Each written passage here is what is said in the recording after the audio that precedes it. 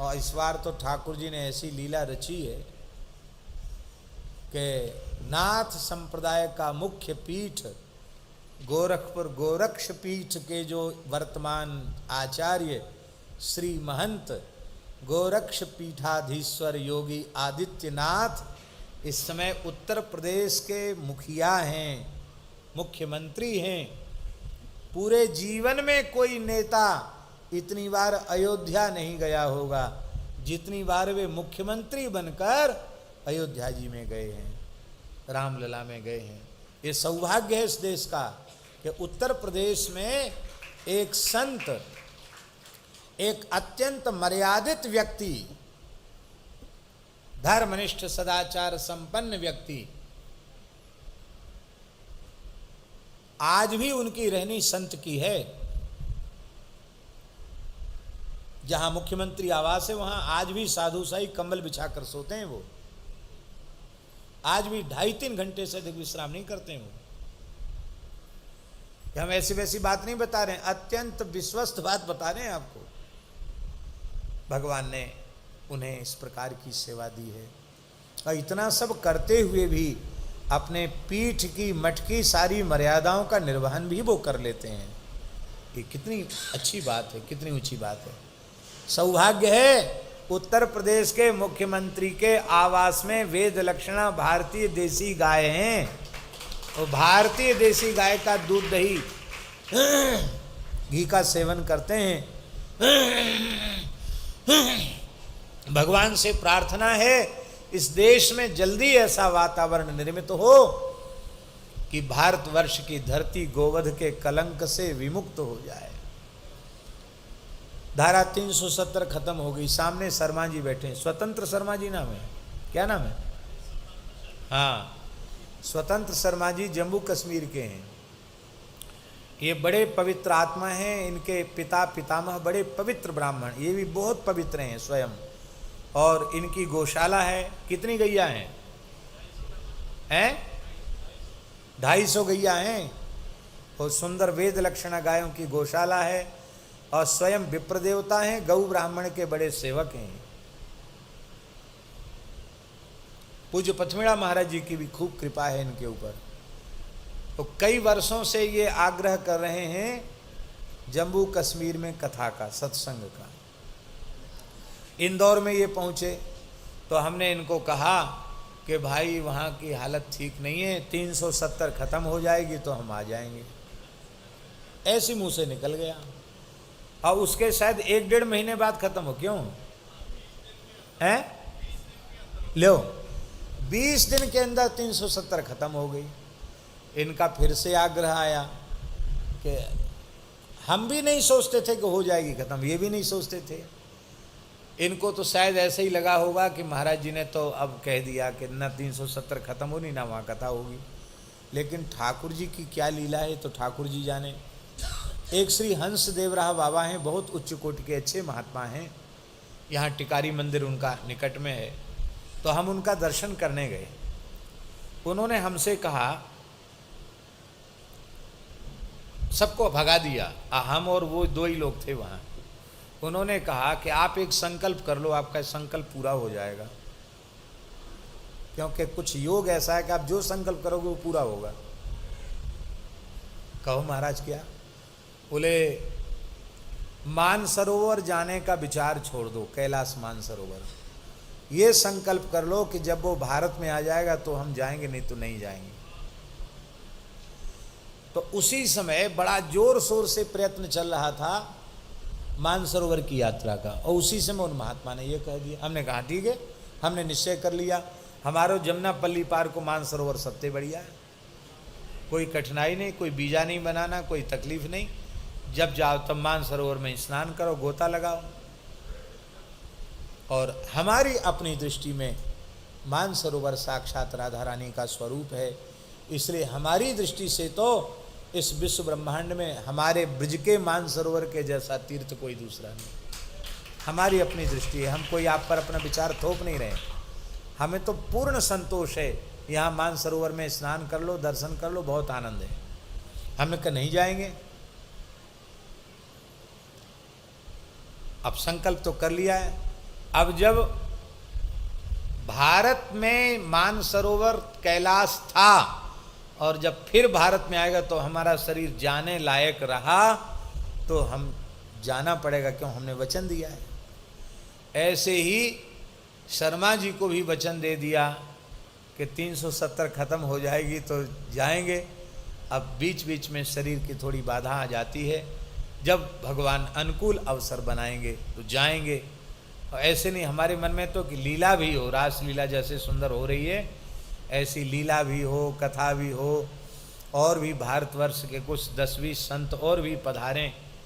भले ही आप प्रधान रहें लेकिन सबको मिला जुला के इकट्ठा करके बृहद कार्यक्रम हो, अच्छी बात है, बहुत अच्छी बात है। भगवान जब चाहेंगे तब हो जाएगा। ऐसा ही एक और घटना है। हम एक बार रामनवमी के अवसर पर अयोध्या जी में थे, कई साल पुरानी बात है। तब शासन, उत्तर प्रदेश का शासन उन लोगों के हाथ में था जिन्होंने गोली चलवाई थी। राम भक्त मारे गए थे, उन लोगों के हाथ में शासन था। तो मन में हमारे भाव आया कि सौभाग्य का अवसर है, श्री रामनवमी की पवित्र तिथि है, और यदि इस तिथि पर राम जन्मभूमि में रामलला का दर्शन हो जाए तो हमारा बहुत बड़ा सौभाग्य। तो सरयू स्नान करके सवेरे से ही लाइन में लग गए, बड़ी लंबी लाइन थी। देखा होगा आपने, पहले ऐसे लोहे के पाइप के बीच में होके जाना पड़ता था, घुमाते घुमाते घुमाते घुमाते कम से कम 4-5 घंटे हो गए होंगे, अनुमान है हमारा। और जैसे चारों ओर वो बंदूक लिए, गन मशीन लेकर के, जैसे पता नहीं इनका कब दिमाग फिर जाए, खटका दबा दें तो वहीं जय सिया राम। वो सब चारों ओर से सब ऐसे लिए गन मशीन लेकर गए वहाँ। दर्शन क्या हुए, आधा क्षण भी रुकने नहीं दिया। पुलिस ने ऐसे पकड़ अलग कर दिया। इतनी भीड़ थी, पुलिस का दोष नहीं है, स्वाभाविक इतनी भीड़ थी। हमारे मन में आया भैया 4-5 घंटे तो लगे लाइन में, अब निकलने में भी समय लगेगा, और आए तो ठीक से झलक भी नहीं, एक झलक मिली और हाथ पकड़ के खींच दिया। तो हमने कहा अब मंदिर बनेगा तभी आएंगे, नहीं तो नहीं आएंगे। अयोध्या तो आएंगे, राम जन्मभूमि तभी आएंगे जब आप मंदिर में बैठोगे, नहीं तो नहीं आएंगे।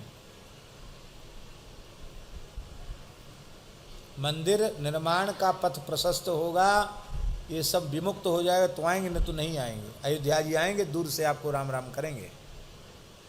श्री ठाकुर जी ने ऐसी कृपा करुणा की कि अयोध्या में भव्य श्री राम मंदिर का निर्माण हो रहा है। और कैसी विचित्र बात, जड़खोर में चातुर्मास्य चल रहा था हैं, और इतना दबाव ऊपर से आया कि आपको राम जन्मभूमि में जाना है। हमने कहा भाई चातुर्मास में हम बाहर जा नहीं सकते। परम पूज्य श्री रेवासा महाराज जी ने कहा कि विश्व हिंदू परिषद और संघ, इन दोनों ने हमको जिम्मेवारी सौंपी है कि मलुक पीठ वालों को चाहे जैसे हो लेके आओ। अब वो बड़े लोग हैं, उनकी आज्ञा हो गई, नहीं जाना किसी कीमत पर। परम पूज्य स्वामी श्री गोविंद देवगिरी जी, जो इस समय कोषाध्यक्ष हैं मंदिर के, उन्होंने कहा कि नहीं नहीं, तो कोई व्रत भंग होगा तो हम उसके जिम्मेवार हैं, आप आइए। बड़े बड़े लोगों, संतों ने भी आज्ञा कर दी, बड़े लोगों की आज्ञा थी तो गए। हम सोचे कि जा तो रहे हैं लेकिन प्रधानमंत्री आएंगे, पूजन करेंगे, वहाँ कहाँ दर्शन होगा राम जी का। और जैसे ही वहाँ पहुँचे स्थान में, परम पूज्य श्री राम कुंज वाले महाराज जी के यहाँ परम पूज्य स्वामी श्री रामानंद दास जी महाराज, उनके यहाँ पहुँचे। उन्हें वहीं रुकना था। हम अयोध्या जी आते हैं तो वहीं रुकते हैं, क्योंकि हमारे सर्वथा अनुकूल है वहाँ। तो हम पहुँचे, और वो हम पहुँचे और वो तैयार थे राम जन्मभूमि जाने के लिए।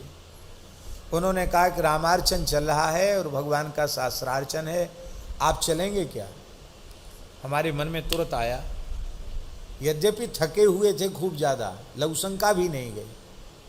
उतरे और गाड़ी में बैठ गए। हमारे मन में लोभ आया कि चलो कल तो पता नहीं दर्शन हो पाएगा कि नहीं हो पाएगा, आज राम जी कृपा कर रहे हैं तो चलते हैं। गए। उन्होंने एक बात और कह दी कि सबके नाम लिखे हुए हैं, पुलिस चेकिंग करेगी, यदि आप न जा सकें, हमारी इच्छा है कि आप चलें, और ना जा सके तो आप फिर बुरा नहीं मानना। हम कहा नहीं, बिल्कुल बुरा नहीं माने, क्या वो बुरा मानेंगे। बोले हमारा तो वहाँ नाम, हम आचार्य हैं, राम अर्चा करा रहे हैं, मान लो पुलिस की व्यवस्था, क्यों कल प्रधानमंत्री आने वाले हैं, तो नाम जिसका लिखा होगा वही जाएगा। कल तो आप जा सकते, आज नहीं जा सकते। तो हमारे साथ वाले थे, उनकी इच्छा थी कि महाराज जी क्यों परेशान हो रहे हैं, उन्होंने कि नहीं हम तो चले जाएंगे। लोभ था, बैठ गए।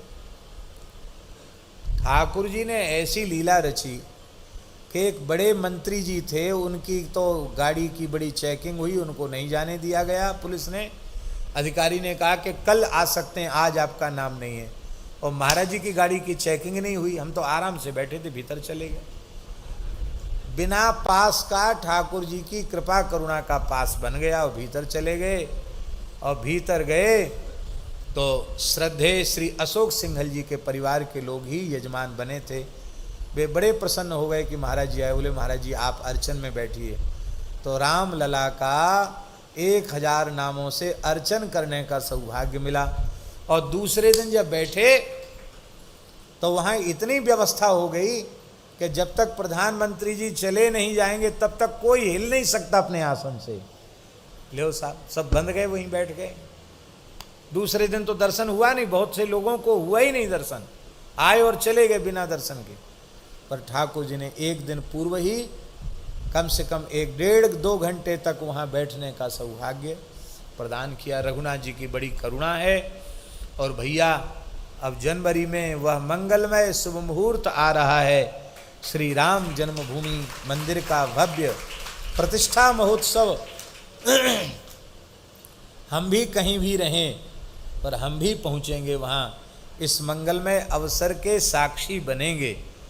आप लोगों को भी न्योता है, आप लोग भी पहुँचिए और आप भी अपने प्रेमियों को न्योता दीजिए, क्योंकि ऐसा ऐतिहासिक क्षण और उसके आप साक्षी बनेंगे भगवान की कृपा से। तो ये बहुत मंगलमय अवसर भगवान ने हम सबको कृपा करके प्रदान किया है।